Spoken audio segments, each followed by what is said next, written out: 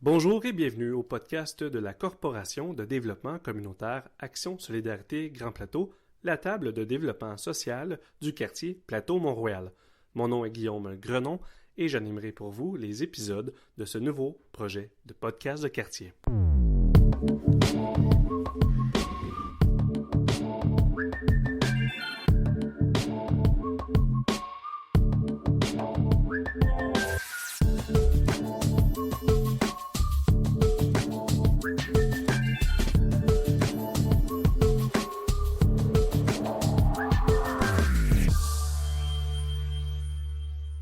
Dans cet épisode, nous allons parler des comités logement, donc des services qu'ils peuvent offrir aux citoyens de leur quartier, de la crise du logement, du portrait du marché du logement locatif dans les quartiers centraux des grandes villes, comme le plateau Mont-Royal, par exemple.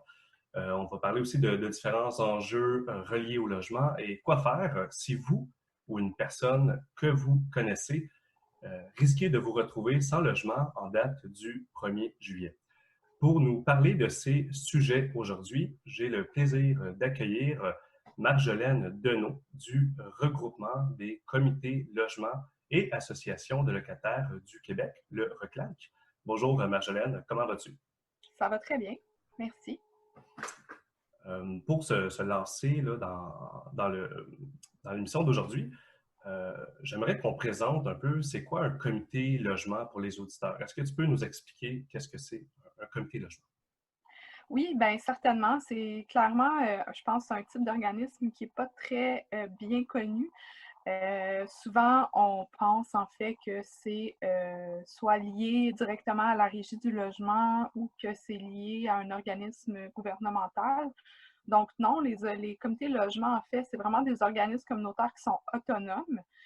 Puis, c'est un organisme qui vient en aide aux locataires de différentes façons. Donc, une des premières missions, en fait, de base, c'est de renseigner les locataires sur leurs droits. Donc, ça se fait de différentes façons selon les comités. Des fois, la formule n'est pas toujours la même selon le comité. Donc, on peut faire, par exemple, certains comités vont faire des ateliers d'information en groupe. Ils peuvent faire aussi prendre des rendez-vous avec les locataires qui ont des cas un peu plus complexes pour faire de l'aide individuelle. Donc, ils peuvent aussi répondre aux questions par téléphone, certains par courriel, même via les réseaux sociaux avec la crise sanitaire qu'on a vécue et qu'on vit toujours.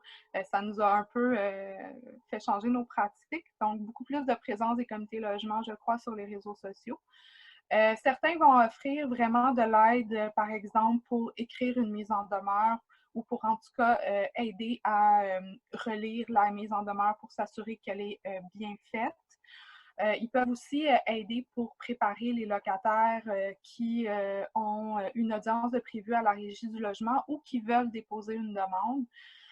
Donc ça, c'est quelque chose qu'un comité logement fait. Sinon, dans un autre angle aussi, c'est sûr que les comités logement, puis on va en reparler un peu plus tard, je crois, font aussi beaucoup de travail politique et de la mobilisation sur le terrain pour faire avancer les droits des locataires. Donc, ils vont organiser des actions, des manifestations, des pressions comme des campagnes de lettres, des campagnes courriels. Tout ça pour solliciter en fait l'appui soit des députés, des élus municipaux, pour faire avancer les droits des locataires. Donc, ils font aussi, les comités logement, un dernier détail que je voulais indiquer, puis qui peut-être intéresseront sans doute vos auditeurs et auditrices. Les comités logement travaillent beaucoup aussi avec les autres organismes communautaires, avec les tables de concertation, justement pour informer sur la situation des locataires, puis pour créer des alliances, parce que le logement, ça touche un peu tout le monde. Donc, tout le monde a besoin d'un toit sur la tête. Donc, justement, les comités logement font aussi ce travail-là. Effectivement, le logement, c'est clairement un besoin de base. Euh, Marjolaine, tu travailles pour un regroupement de comités logement. Quel est le rôle d'un regroupement comme le RECLAC? Bien, c'est certain que ça aussi, c'est quelque chose qui n'est pas très bien compris. Donc, peut-être certains de vos auditeurs et auditrices connaissent un peu plus le FRAPRU, qui est très médiatisé.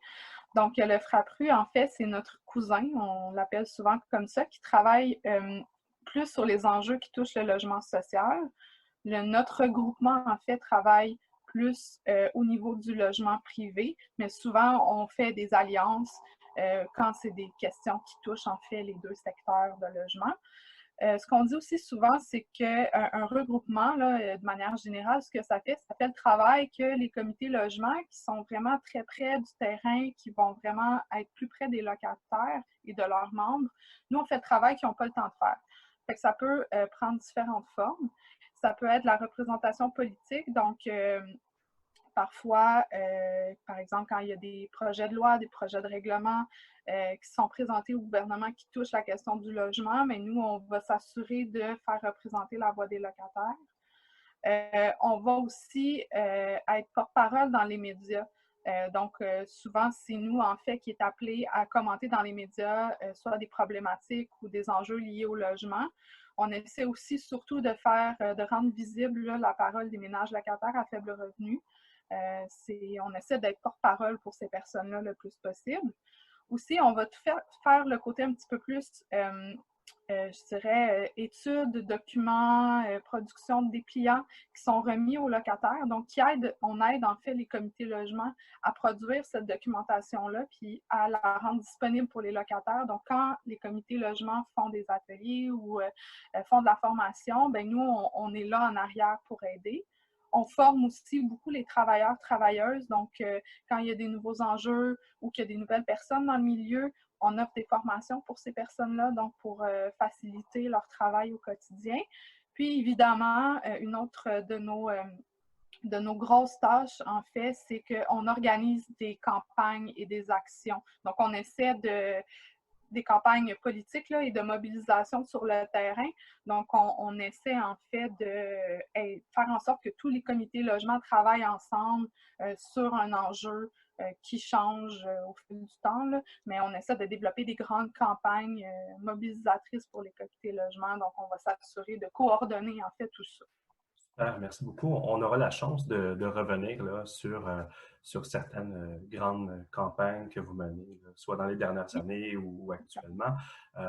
Pour l'instant, est-ce que tu peux me parler un peu, tu as abordé un aspect que j'aimerais prendre le temps d'expliquer un peu plus, ben, de te demander d'expliquer un peu Ouais. plus pour les auditeurs.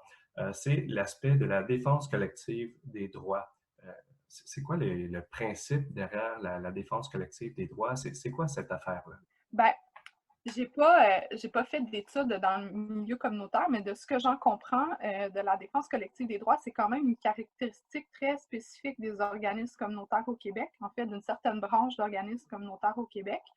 Donc, c'est un principe qui s'est développé dans les années 60-70, qui vient vraiment des luttes populaires. Donc, ce qu'on fait, en fait, puis les comités logement, là, généralement, tous les comités logement là, au Québec se réclament de la défense collective des droits, se considèrent comme des groupes de défense collective des droits.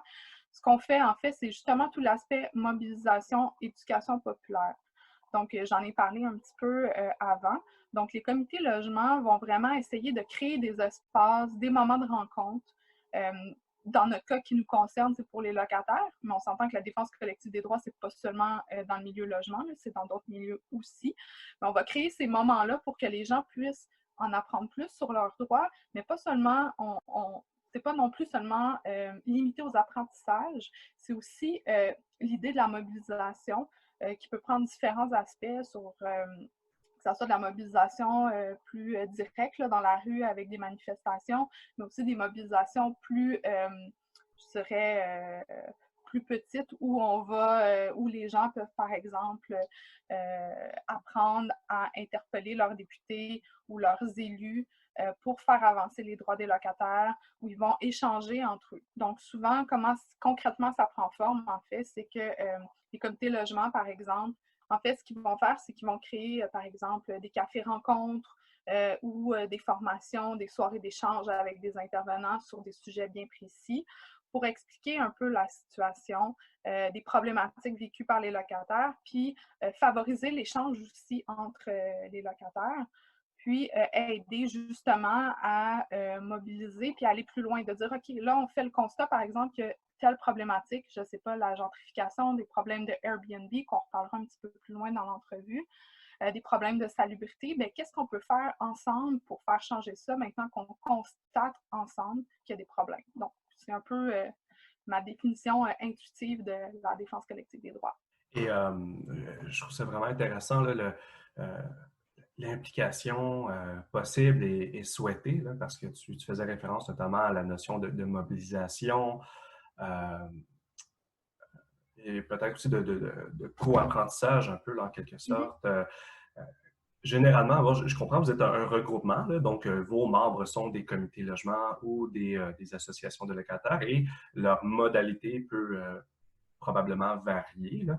Mais règle générale, est-ce qu'une personne, comment ça fonctionne pour devenir membre ou pour s'impliquer? Est-ce qu'elle doit payer pour avoir des services, etc.? C'est ça, c'est variable selon les communautés logements.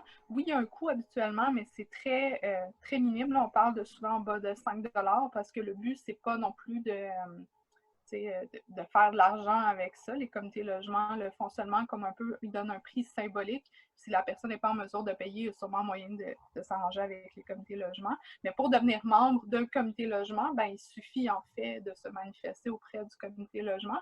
Mais les comités donnent des services gratuitement à la population. Donc, quand on a une question par rapport à ses droits, par rapport à ses obligations en tant que locataire, pas obligé d'être membre du comité pour y assister. Le membership, en fait, c'est une façon de s'impliquer plus au sein du comité. C'est seulement qu'on peut avoir, en fait, c'est aussi, je pense, un des principes importants de la défense collective des droits, c'est qu'on a une influence, en fait, on peut avoir une influence sur le comité logement, sur le groupe dans lequel on s'implique en devenant membre, c'est-à-dire qu'on peut assister à l'Assemblée générale, on peut déposer des propositions, on peut voter. Donc, on peut aider, dans le fond, à orienter le travail du comité logement. On peut émettre des critiques ou des idées pour faire avancer les choses, ce qui est vraiment le but aussi, je pense, des organismes comme le comité logement, c'est comme de favoriser la discussion collective et l'implication collective. Très bien. Et un autre aspect aussi que tu as abordé un peu et que j'aimerais qu'on ait un peu plus en profondeur, en fait, je suis relancé avec une question. Est-ce que les organismes ou les regroupements en défense collective des droits ont un réel impact sur les politiques ou les projets de loi des gouvernements? Bien, c'est sûr que de prime abord, quand on regarde ça de l'extérieur, c'est difficile de se faire entendre des gouvernements. On ne voit peut-être pas le travail que les regroupements font dans le quotidien, puis les avancées qui sont peut-être pas toujours révolutionnaires, mais qui permettent, je crois et j'espère, parce que sinon je ne travaillerais pas dans le milieu, de faire avancer les droits des locataires.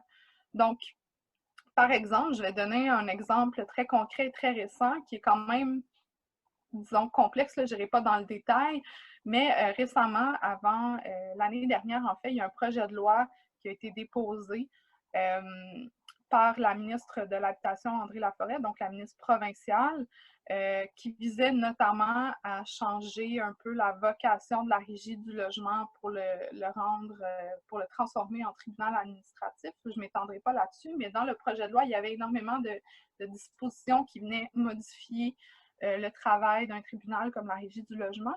Donc, quand arrive quelque chose comme ça, un projet de loi, ben, nous, le RECLAC ou les regroupements qui travaillent dans le milieu logement sont interpellés par le gouvernement ou les députés pour se prononcer sur le projet de loi. Donc, il y a tout un processus, c'est-à-dire que quand le projet de loi est tout d'abord présenté, on prend le temps de le regarder, de l'étudier. Ensuite, il est étudié il est adopté de manière de principe qu'on dit par l'Assemblée nationale et ensuite, il y a du travail vraiment de détail qui est fait en commission parlementaire. Donc, la commission parlementaire, c'est je dirais, une réduction de l'Assemblée nationale avec des députés de l'opposition et le ministre responsable. On parle souvent d'une thématique. Donc, dans le cas qui nous concerne, on parle d'aménagement du territoire. Et là, après, quand le projet de loi est étudié, bien, en fait, il y a des auditions qui sont faites. Donc, les groupes qui sont concernés peuvent être appelés à intervenir, ce que nous avons fait. Et avec le travail qu'on a fait, par exemple, sur ce projet de loi-là, bien, on a réussi à avoir un gain qui n'était pas du tout contenu dans le projet de loi. C'est-à-dire que vous êtes peut-être au courant que dans le bail, il y a ce qu'on appelle la section G. La section G du bail, en fait, on est censé indiquer, le propriétaire doit indiquer à la signature du bail le plus bas loyers payés dans les 12 derniers mois. Le problème qu'on voyait avec ça, c'est qu'il y avait des propriétaires, par exemple, qui laissaient vacants des logements pendant 12 mois pour pouvoir augmenter comme bon leur semblait le loyer. Donc, quand on indique le prix, en fait, à la section G, en tant que nouveau locataire, le propriétaire n'a pas le droit d'augmenter abusivement le loyer entre deux locataires. Donc, nous, on a fait, par le biais de nos représentations politiques, puis nos pressions politiques, puis tout le travail qu'on a fait, on a réussi, en fait, à enlever cette limite-là de temps. Donc, maintenant, les propriétaires ne pourront plus c'est-à-dire laisser vacant un logement pour augmenter abusivement les loyers. Ce n'est pas une révolution. On s'entend qu'on n'a pas obtenu quelque chose que je vais parler plus tard qui s'appelle le contrôle des loyers, mais c'est un petit pas qui nous a permis, qui va en fait éviter des pratiques, disons, détournées des propriétaires qui étaient quand même légales. Donc, c'est une avancée pour nous au niveau du coût des loyers. Sinon, dans notre histoire, en fait, il y a plusieurs choses qu'on a fait au niveau politique, c'est-à-dire on a réussi, par exemple, à limiter les reprises de logement pour les personnes de plus de 70 ans. Donc, on voyait sur le terrain que les gens qui sont là, les personnes âgées, qui sont dans leur logement depuis longtemps, souvent paient un loyer plus bas que la moyenne. Et là, les propriétaires usaient de différentes tactiques pour les évincer, pour pouvoir augmenter les loyers. Donc, nous, avec le travail qu'on a fait, on a pu limiter ces reprises de logement-là. Maintenant, il y a des critères très précis qui font en sorte que les personnes de plus de 70 ans sont plus protégées. Puis une autre avancée aussi qu'on a menée, ça il y a plus longtemps, il y a une dizaine d'années en fait, mais grâce au travail politique du regroupement et de ses alliés, en fait, on a réussi à introduire dans le Code civil un article qui permet la résiliation du bail pour les victimes de violences conjugales et sexuelles. Donc, c'est quelque chose qui n'était pas possible avant là, de pouvoir résilier plus rapidement le bail d'un logement pour ces raisons-là. J'aimerais qu'on se dirige vers un deuxième sujet, à savoir comment les comités logement peuvent aider les personnes qui ont besoin d'aide. Donc, ouais. comment les comités logement aident-ils les personnes qui font appel à eux, par exemple? Bien, en fait, ce qu'ils vont faire, on les contacte par téléphone, par courriel. Ils vont, en fait, c'est souvent les gens vont les contacter parce qu'ils ont une question, ils subissent soit un problème avec leur propriétaire, ils se demandent si c'est légal ou non. Donc, ce que les comités logement peuvent faire, c'est que si la réponse se répond rapidement, ils peuvent répondre directement au locataire par téléphone. Si c'est quelque chose de beaucoup plus complexe, ce qui arrive parfois, ben là, ils peuvent même donner rendez-vous en personne au locataire et tout ça est gratuit. C'est-à-dire, par exemple, dans les derniers mois et les dernières années, ce qu'on entend beaucoup, c'est les questions de menaces d'éviction qui sont souvent illégales de la part des propriétaires. Donc, à ce moment-là, ben, le travailleur ou la travailleuse du comité logement peut rencontrer individuellement le locataire, puis l'informer de ses droits, puis aussi l'informer de ses recours. Donc, c'est quoi les options qui s'offrent à elle ou à lui pour, en fait, obtenir justice.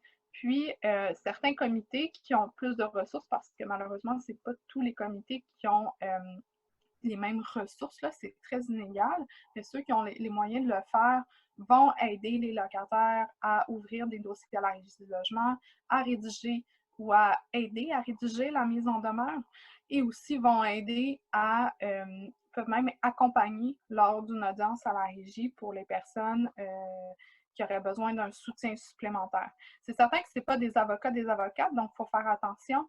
Ce n'est pas des personnes qui peuvent donner des conseils juridiques ni des avis juridiques, mais ils peuvent à tout le moins orienter, donner de l'information, donner du soutien là, pour les personnes qui vivent vraiment des situations problématiques. Oui, je comprends bien. Donc, le fait que ce ne soit pas des avocats, juridiquement, ils sont tenus dans un certain cadre, ils ne peuvent pas donner des avis juridiques, mais ça n'en demeure pas moins des experts terrain qui ont une connaissance, puis qui ont vu probablement plusieurs cas similaires par le passé. Ils peuvent des fois être rassurants ou à la limite éclairer, à tout le moins, je dirais, des gens qui vivent des situations. Puis je pense plus spécifiquement aux problèmes de salubrité, qui sont des problèmes souvent très complexes, puis que les lois, en fait, les règlements changent selon les arrondissements à Montréal et selon les villes aussi pour les personnes à l'extérieur de Montréal. Donc, souvent, les travailleurs, travailleuses de comité logement vont savoir c'est quoi la voie la plus simple dans leur secteur pour réellement obtenir soit des réparations ou une extermination quand c'est des problèmes de punaises de lit ou de vermine. Des fois, ça va plus vite de contacter les inspecteurs de la ville ou de l'arrondissement que de passer par la régie du logement, par exemple. Donc, il y a ces trucs-là qui peuvent aider les locataires concrètement là, à ne pas s'éterniser dans un dossier là, si ce n'est pas nécessaire. J'aimerais qu'on poursuive là, en parlant un peu de crise du logement. L'année dernière, en 2019, on a largement entendu parler que l'on vivait la pire crise du logement depuis le début des années 2000. D'abord, c'est quoi une crise du logement? Bien, une crise du logement, en fait, c'est que ça prend plusieurs formes.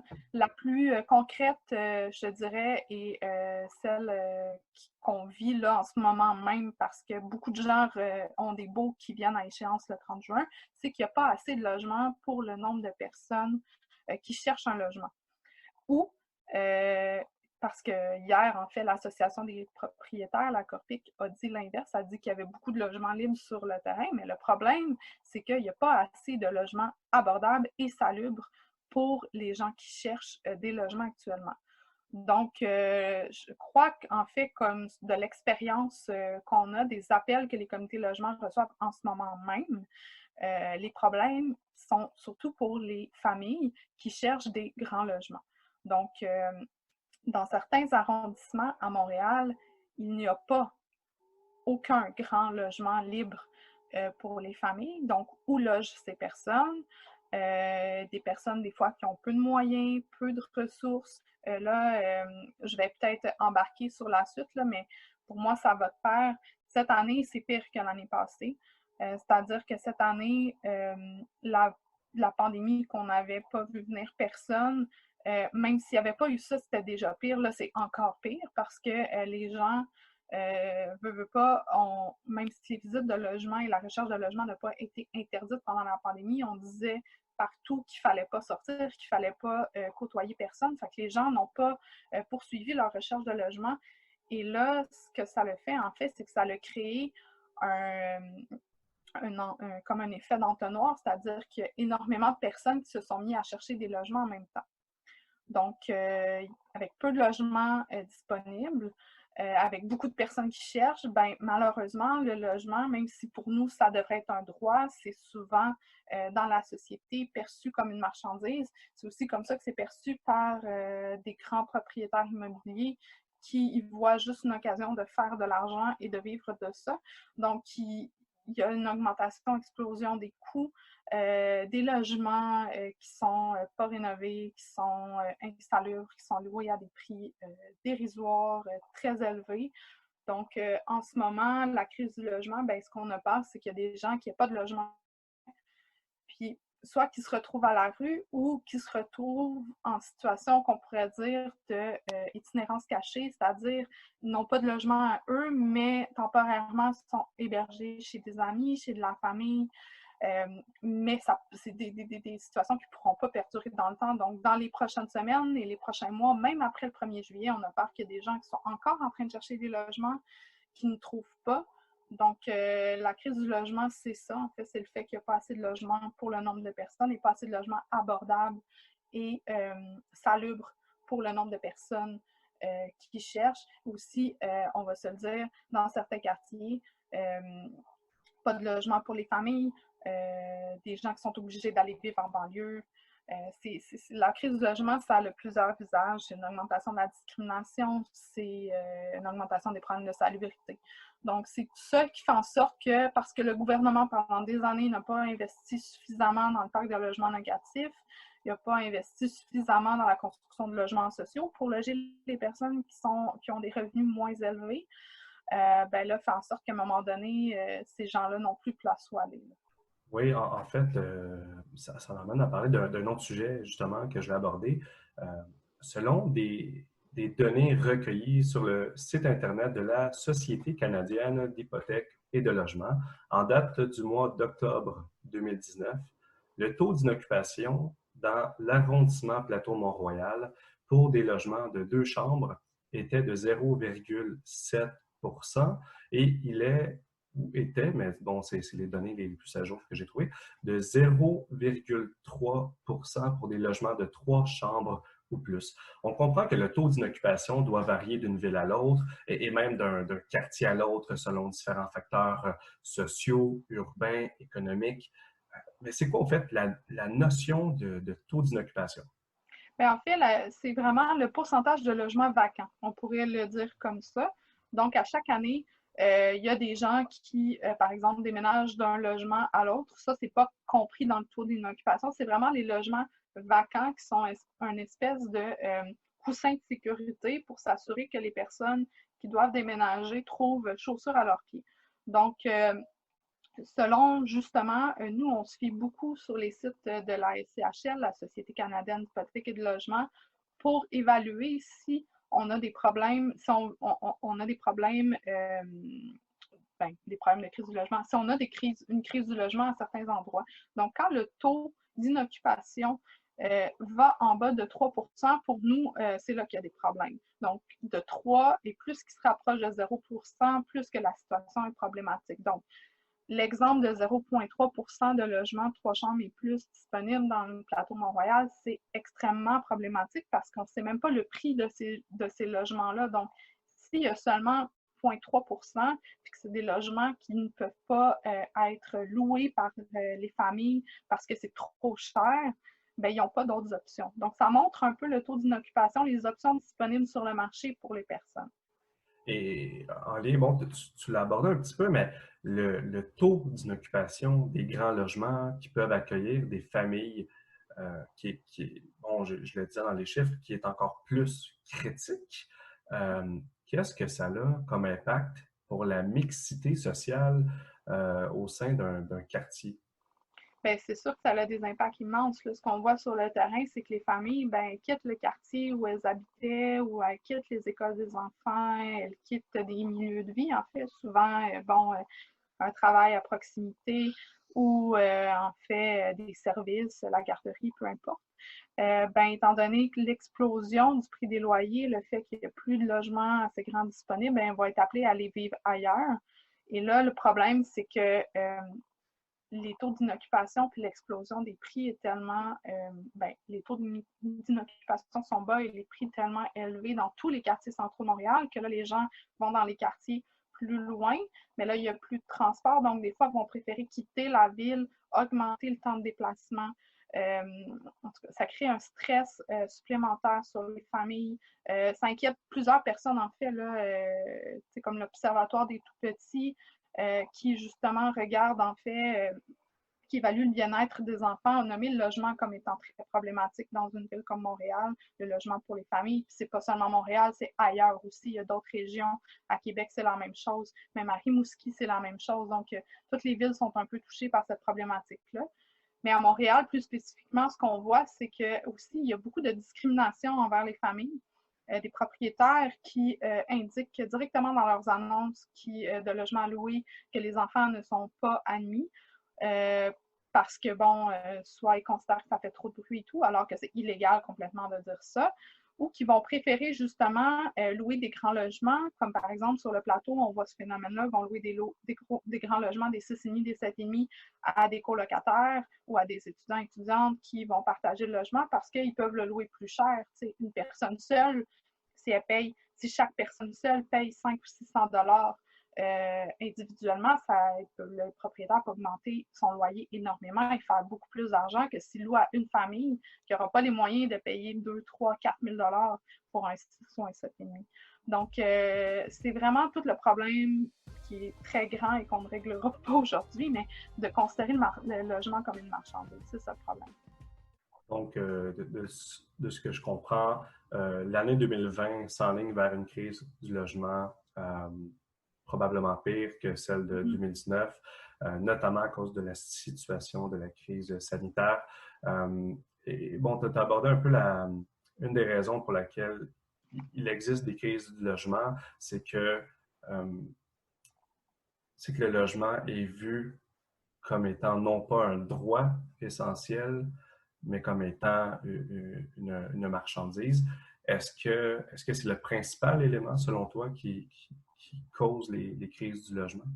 Mais pour moi, c'est un élément fondamental. Si on reconnaissait pas seulement qu'on reconnaissait que c'est un droit, mais qu'on mettait les mesures, que les gouvernements mettaient les mesures essentielles pour que ce soit vraiment reconnu et appliqué comme un droit, le problème serait beaucoup moins grand.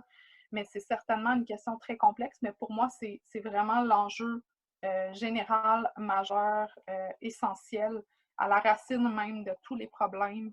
C'est le fait que c'est une marchandise, c'est le fait qu'il y a des propriétaires. Il y a des bons propriétaires, c'est pas ce que je suis en train de dire, il y a des propriétaires qui prennent soin de leurs locataires, qui le considèrent vraiment comme qui considèrent le service rendu en tant que tel d'un locataire, c'est-à-dire qui paie un loyer puis qui probablement aide à vivre la petite famille propriétaire. Le problème, c'est qu'en ce moment, il y a de plus en plus de grands propriétaires qui n'habitent même pas, des fois le Québec, même pas Montréal, même pas le Canada, qui sont ailleurs, qui le font uniquement pour la marchandise, qui le font pas pour le principe même d'aider des personnes à se loger. Donc, tu sais, être propriétaire, pour moi, c'est un privilège, c'est pas un droit. Puis les propriétaires essayent de se battre pour revendiquer ça comme un droit à être propriétaire, mais pour moi, c'est un privilège qui vient avec des responsabilités et avec des devoirs. Tant qu'on n'a pas un changement de mentalité à cet effet-là, il va continuer à y avoir des crises de logement, des problématiques de logement. Mais ça prend aussi énormément d'investissement des gouvernements. Donc, par exemple, notre groupement cousin, le Frappru, qui réclame toujours plus de logements sociaux. Ils ne font pas ça pour le plaisir, c'est qu'il y a des listes d'attente interminables de gens à faible revenu qui habitent les villes, qui essayent de s'en sortir en ville, mais qui n'arrivent pas à se loger sur le logement privé. S'il n'y a pas de logements sociaux qui sont construits en nombre suffisant, on ne vient pas régler la problématique de la crise du logement. Puis c'est pas non plus en construisant des condos, parce que les promoteurs immobiliers sont une autre problématique dans la balance, là, dans toute la question de la marchandisation du logement. Les promoteurs immobiliers voient beaucoup plus le foncier pour le profit et voient la construction de logements, ils vont essayer de construire ce qui génère le plus de profit. Donc, des petits logements qui ne répondent pas aux besoins des familles parce qu'ils peuvent en faire plus et faire plus de profit. Ils vont construire des condos plus luxueux qui s'adressent à des clientèles, un mot que je n'aime pas, mais dans le cas du condo, je crois que ça s'applique, clientèle plus en moyen, ou qui vont construire le nouveau phénomène qu'on voit, c'est la construction de résidences pour personnes âgées luxueuses parce que la population est vieillissante et ils veulent en fait faire des profits sur le dos des personnes qui vieillissent. Donc, tant qu'il n'y a pas une construction de logements locatifs qui s'adresse vraiment, qui répond aux besoins de la population, on ne sortira pas de la crise du logement. Le plateau Mont-Royal est un quartier qui a ses traits particuliers. C'est un quartier qui est central de Montréal, un quartier densément peuplé, un quartier qui a une réputation d'avoir des logements à des prix exorbitants. Je me suis amusé à faire une recherche sur Airbnb pour le plateau et le Myland avant qu'on enregistre l'épisode d'aujourd'hui. On parle de plusieurs centaines de résultats seulement pour le quartier. Comment Airbnb a-t-il un impact sur les quartiers comme celui du plateau Mont-Royal? C'est des impacts très graves, puis Airbnb est sûrement un des acteurs importants de la crise du logement. On a tendance, j'ai peut-être moins tendance à l'oublier à cause de toute la crise sanitaire qu'on a vécue. On en a parlé moins d'Airbnb, étant donné que la location était interdite, mais avant le mois de mars, en fait, Airbnb retirait littéralement du marché locatif privé des milliers de logements dans le seul quartier du plateau Mont-Royal. Donc, on parle de plusieurs milliers de logements qui n'étaient pas disponibles pour les locataires du quartier, seulement pour faire de l'argent. Donc, le problème qu'on voit aussi, c'est que des propriétaires ont réalisé qu'en mettant les logements sur Airbnb, dans des quartiers très attractifs comme le plateau, ils faisaient beaucoup plus d'argent sur Airbnb sans tous les problèmes liés au droit, parce qu'une personne qui loue un logement Airbnb, c'est une personne, c'est pas un locataire au sens du Code civil du Québec, là, c'est pas quelqu'un qui a des droits. Donc, pour le propriétaire, c'est facile, il fait l'argent sans tous les problèmes qu'il y a autour. Donc, ce qu'on a vu, c'est on a vu des immeubles du plateau Mont-Royal se vider de personnes qui habitaient le quartier depuis des dizaines d'années. Parce que les propriétaires ont fait des évictions illégales pour pouvoir faire du Airbnb. Il y a des problèmes de voisinage, des problèmes de bruit, des problèmes de salubrité. des gens qui ont voulu résister à cet envahisseur-là qui est Airbnb, puis qui, à un moment donné, se sont retrouvés seuls dans un immeuble, par exemple, de 6, 7, 8, 9, 10 logements, seuls locataires traditionnels, entre guillemets, qui voulaient résister, mais à un moment donné, quand tout l'immeuble est maintenant en location sur Airbnb, ben, tu perds le contact avec tes voisins, tes voisines, tu perds le contact avec ton quartier, fait qu'à un moment donné, tu as beau résister, mais tu quittes. Ça a aussi un impact immense sur la gentrification, donc sur les commerces, le prix des immeubles environnants, donc qui font augmenter les taxes, donc éventuellement que ça se répercute sur le prix des loyers. Donc Airbnb, c'est immense, très problématique. On va voir dans les prochains mois parce que, bon, on sent qu'il va y avoir des changements dans la manière de louer sur Airbnb en raison de tout ce qui s'est passé, puis des voyages qui sont interdits et tout, mais clairement, même si ces logements-là, parce qu'il y en a plusieurs qui ont réalisé pendant la pandémie, ben, il faut qu'ils continuent à payer leur hypothèque, fait qu'ils ont remis les logements sur le marché locatif privé traditionnel, mais à des prix tellement, tellement hauts que personne ne peut se permettre ça. Donc, ils ne sont pas plus loués. Ce n'est pas des logements qui sont réellement disponibles parce qu'ils ne sont pas abordables pour les gens en place. Donc, c'est très problématique, Airbnb. Bon, on voit bien là, qu'en l'absence de réglementation et de loi qui vient bien encadrer ces phénomènes-là, ça peut avoir un impact sur l'essence d'un quartier carrément. On entend beaucoup parler d'un autre phénomène, là, parfois relié à Airbnb et parfois destiné à augmenter les revenus des propriétaires en divisant des appartements en plus petites unités. Je parle du phénomène des rénovictions. Peux-tu nous expliquer qu'est-ce que ça signifie, les rénovictions? Ben, en fait, c'est un mot qui est arrivé, qui vient des États-Unis. Au Québec, comment ça se répercute, en fait, c'est que souvent, les propriétaires profitent, en fait, de la méconnaissance des lois et de leurs droits des locataires. Donc, ce qu'ils font, en fait, c'est qu'ils vont tenter d'évincer illégalement les locataires avec différentes tactiques pour rénover le logement et augmenter le prix sur le marché de manière très, très abusive. Donc, ça vise surtout des locataires qui sont en place depuis très longtemps dans le même logement, donc que le propriétaire n'a pas pu faire des augmentations entre le changement de locataire. Et ça vise aussi, en fait, ce que les propriétaires vont faire parfois, c'est qu'ils vont essayer d'envoyer un avis au locataire en disant, ben voilà, je dois faire des travaux majeurs dans ton logement, je te demande de quitter pour telle date, tu dois avoir quitté et c'est tout. T'sais. Les gens ne savent pas que cela est illégal. Il y a des moments, en fait, il y a vraiment il y a des articles dans le Code civil qui protègent les locataires. Il y a le droit au maintien dans les lieux, qui est une protection que les locataires ont au Québec, c'est-à-dire qu'un propriétaire ne peut pas vous évincer d'un logement sans avoir un jugement de la régie du logement. Donc, il faut que ça soit plus connu. Et des fois, même les propriétaires, ce qu'ils peuvent faire aussi, c'est donner des gros montants d'argent aux locataires en disant, voilà, je t'offre 10 000 je te demande de quitter dans les 3 prochains mois, par exemple. Est-ce que tu acceptes ou pas? Et souvent, c'est tentant d'accepter un montant qui nous paraît très gros sur le moment, 10 000 mais on réalise rapidement que quand ça fait plusieurs années qu'on vit dans son logement puis qu'on veut se reloger ailleurs, le prix des logements est tellement élevé que son 10 000 ben, ça fait rapidement écoulé et que finalement, ben, c'est nous qui est perdants. Puis le propriétaire, lui, fait des rénovations et augmente abusivement le loyer. Il s'arrange pour que les nouveaux locataires ne sachent pas combien payaient les anciens. Et ça, c'est un phénomène qu'on voit de plus en plus. Ou sinon, même des propriétaires vont dire reprendre le logement, vont envoyer un avis de reprise de logement aux locataires. Ils ont le droit de faire ça. En fait, ils doivent respecter certains délais, certaines procédures. Les locataires ont le droit de s'opposer à la reprise pour que ça soit bien évalué par la régie du logement.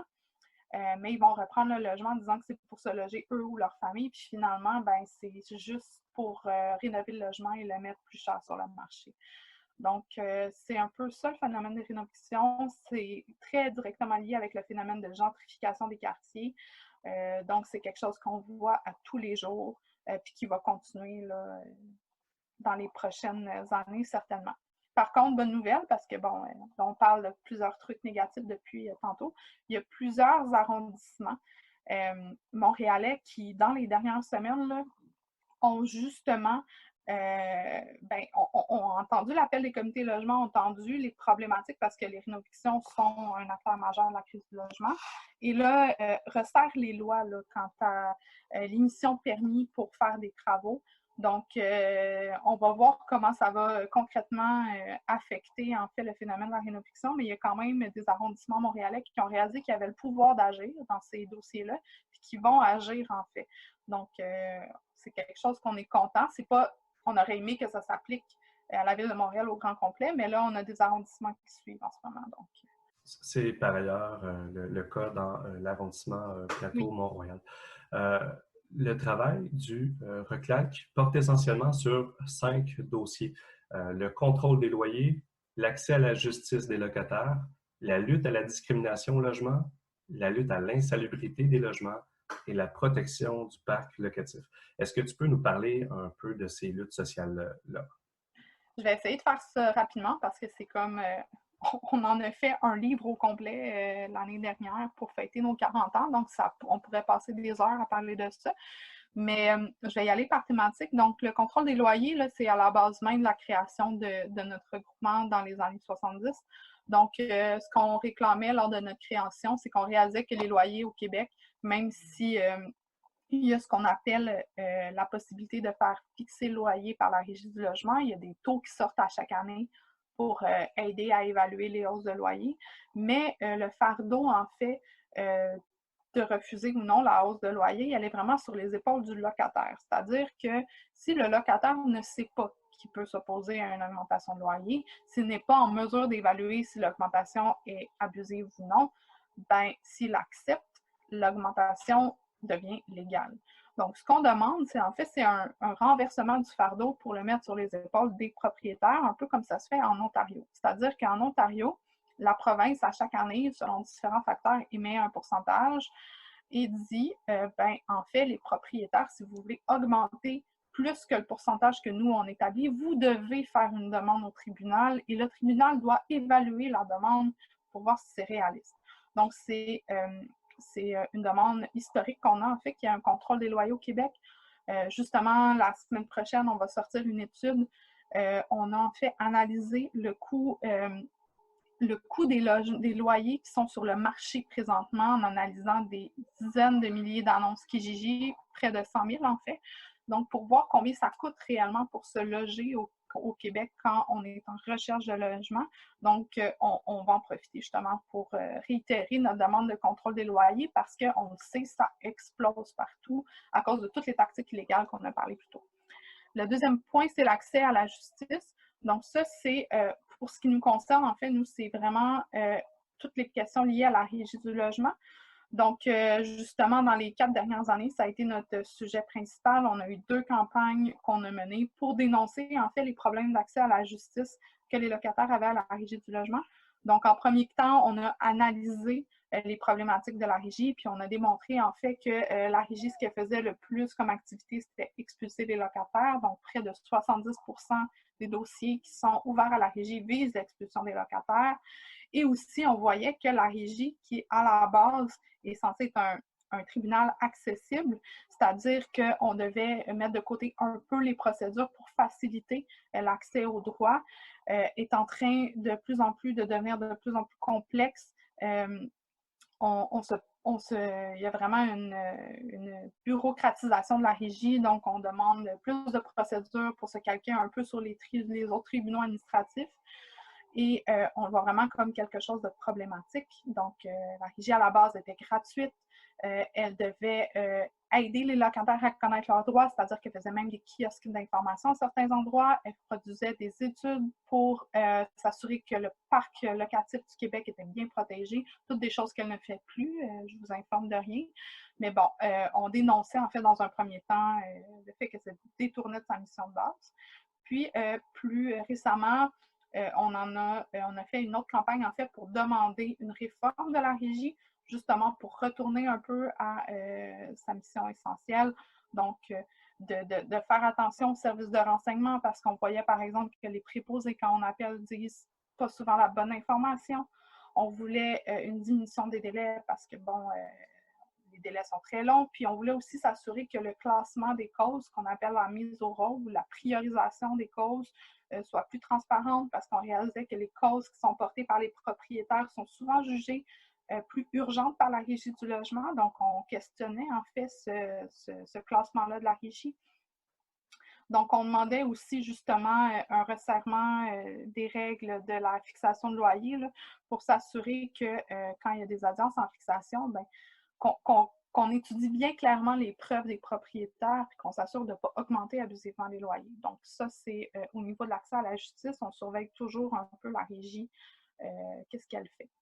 Au niveau de la discrimination, ben, justement, la semaine dernière, on a sorti une étude sur la discrimination que vivent les locataires qui sont à la recherche d'un logement. Donc, c'est un sujet sur lequel on s'intéresse plus depuis les 2 dernières années. Donc, en fait, la discrimination, on ne peut pas refuser l'allocation d'un logement pour des motifs discriminatoires. C'est quelque chose qui est illégal en vertu de la Charte des droits et libertés de la personne. Mais je ne vous apprends rien en disant que c'est une pratique qui est faite de manière très courante par les propriétaires. On le voit directement dans les sites de petites annonces où on le voit même de manière directe, où on ne voit pas d'enfants, pas de personnes noires, pas de BS, et j'en passe. J'en ai vu de toutes les couleurs. Les propriétaires s'échangent leurs trucs aussi sur les réseaux sociaux pour discriminer sans se faire prendre. Donc, notre but, en fait, c'est on essaie de rendre visible la discrimination parce que c'est quelque chose qui n'est pas... on n'a pas de statistiques, c'est difficile. Les gens ne veulent pas nécessairement porter plainte parce que, bon, le processus de plainte est long et ne donne pas un logement au bout du compte. Donc, ils n'ont pas le temps là, d'aller de cette voie-là. Donc, nous, notre but, c'est de dire, ben, c'est pas parce qu'il n'y a pas de statistiques, c'est pas parce qu'il n'y a pas de pourcentage ou de plaintes qui sont faites qu'il n'y en a pas. Fait qu'on essaie de la rendre visible en montrant, par exemple, des témoignages de locataires et tout. Sinon, au niveau de l'insalubrité, ben, on demande, en fait, une de nos revendications, somme toute historique, c'est de demander, en fait, qu'il y a un code provincial qui s'applique partout au Québec pour régir sur la salubrité des logements, puis qui permettrait, en fait, aux locataires de s'assurer que leur logement soit salubre et de pouvoir invoquer ce code-là et de faire appel à des inspecteurs pour régler des problèmes ces inspecteurs-là pourraient émettre des amendes, par exemple, aux propriétaires récalcitrants et tout. Donc, au niveau du code provincial, on n'a pas vraiment d'avancée, mais par contre, il y a plusieurs municipalités. À Montréal, il y a un très bon règlement sur l'insalubrité. Au niveau de l'application, il y a plus de lacunes, mais on travaille à surveiller ça, à travailler de concert aussi avec la ville, les arrondissements, les services d'inspection, pour voir comment on peut améliorer les interventions en salubrité, comment on peut éliminer les problèmes de moisissure, de vermine et tout. Donc ça, c'est quelque chose qu'on travaille de manière concrète avec les élus municipaux et les intervenants municipaux. Et sinon, sur le dernier dossier qui est important pour nous, c'est la protection du parc locatif. Donc, on en a parlé, Airbnb, les rénovations. Donc, on veut s'assurer, en fait, on reste vigilant sur toutes les problématiques qui retirent des logements locatifs du marché privé. On l'a dit, il n'y a pas assez de logements pour tout le monde, donc il faut être vigilant à cet effet-là. Donc, on fait le travail un peu que la régie avait dans sa mission de faire, mais qu'elle ne fait pas. Donc, on s'assure de dénoncer les pratiques illégales au niveau du parc locatif privé. Très bien. Donc, seulement si les gens veulent consulter, là, tu nous parlais qu'il y avait un livre, je crois, qui a été publié par rapport à vos luttes. Oui. J'ai cru qu'il y a une enquête qui a été publiée, je pense, en date du 10 juin sur la discrimination et le logement, une pandémie qui conduit au mal logement.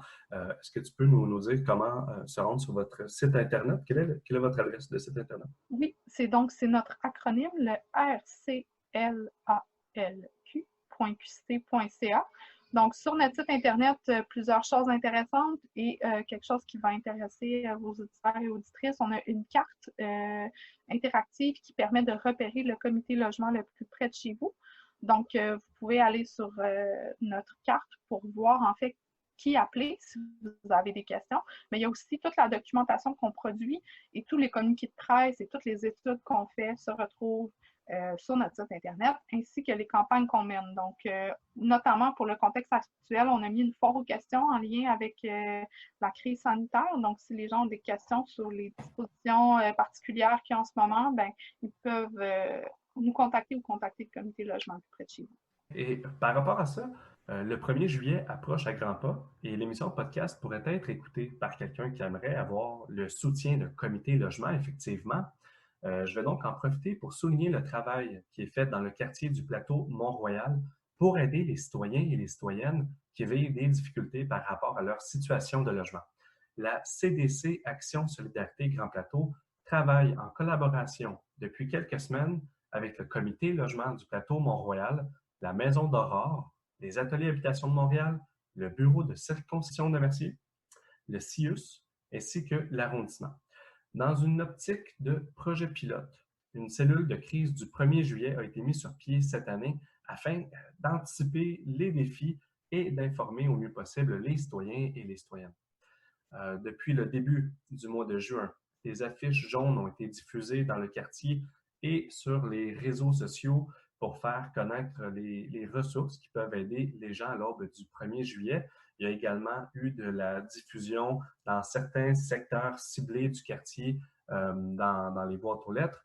Dans le cadre de ce projet pilote, le comité logement du plateau travaillera notamment en étroite collaboration avec la clinique juridique du Myland pour être en mesure de faire un suivi aux besoins là, sur des questions juridiques plus spécifiques afin de répondre au mieux possible aux besoins des locataires. Donc, si vous cherchez de l'information sur vos droits en tant que locataire ou si vous avez besoin d'un soutien personnalisé pour des démarches de recherche de logement, je vous invite à vous référer à l'affiche jaune que vous pourrez trouver sur notre page Facebook de la CDC Action Solidarité Grand Plateau et qui est maintenant affichée aussi dans plusieurs commerces locaux du plateau Mont-Royal ainsi que sur certains babillards communautaires du quartier. Marjolaine, je te remercie chaleureusement d'avoir accepté mon invitation de participer à l'enregistrement de cet épisode du podcast du Grand Plateau.